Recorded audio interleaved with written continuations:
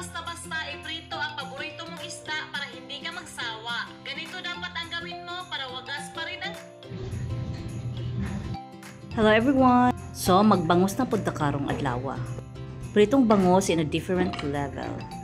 So, after na drain na siya, atong butang asin, of course. Then, ang pepper. Murdagan chukinig pepper ba? And then, pampalasa. Ato lang i-sprinkle. Since wala na to siya gi-marinate, at least, lamig gihapon siya. Diba? Di jud malikayan ang background noise basta natay toddler. Pasensya na mo. So mo to, mo lang siyang i-press para mo soak with ang lamig niya. And then flour, butangan na tong flour para di kayo siya mapilit. But di lang kayo sa bag-on. Sakto lang. So sa init na mantika, ato nang ipritohon. Now na tong yahang tubangan. Parehas ana. Ato lang yung siradaan kay pisik kaayo. So while nagprito ta, maghimo pud ta og sauce niya at the same time. So here ang ahos ato nang gilunod.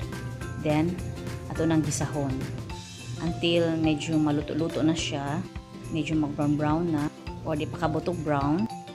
Ilunod na sa nato dayon ang luya. So kanang luya guys mo ni makapadag lami, makapadag humot ug makapada og unique kay bangus na prito na nay luya.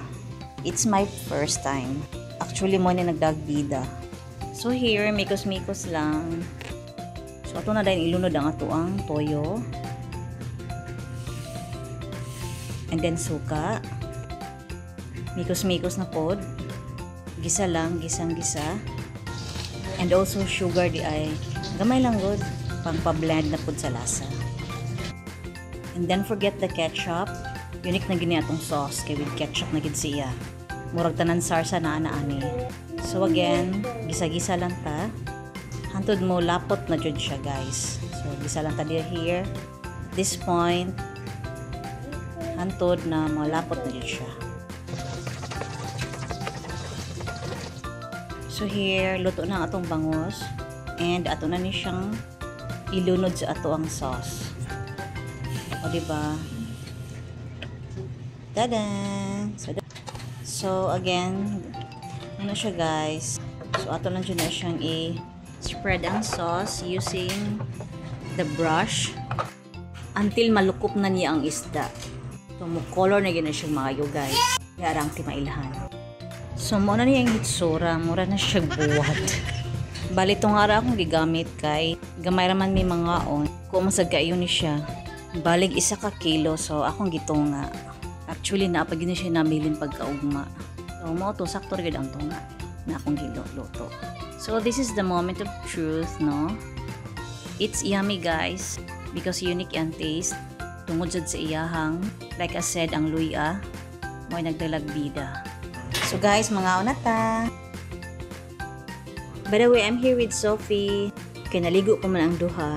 So naguna-una lang sa naghab-hab dire. And Sophie's enjoying. Kaya atubang og kamera. Nagpatan pa in tawon na. Tas hungitan pa jud usahay kay para mapaspas og kaon. That's all for now guys. Thank you for dropping by. And please watch our next vlog. Bye for now.